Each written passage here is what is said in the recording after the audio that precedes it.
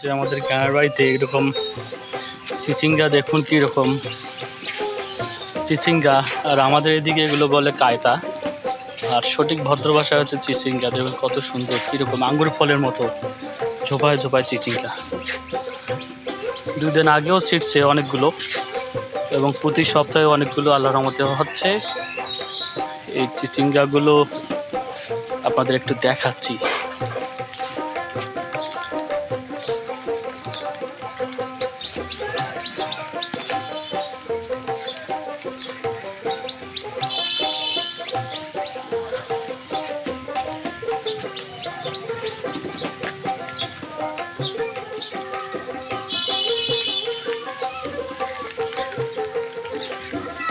চিচিঙ্গা ক্ষেতের মাঝখান দিয়ে আমরা হেঁটে হেঁটে যাচ্ছি।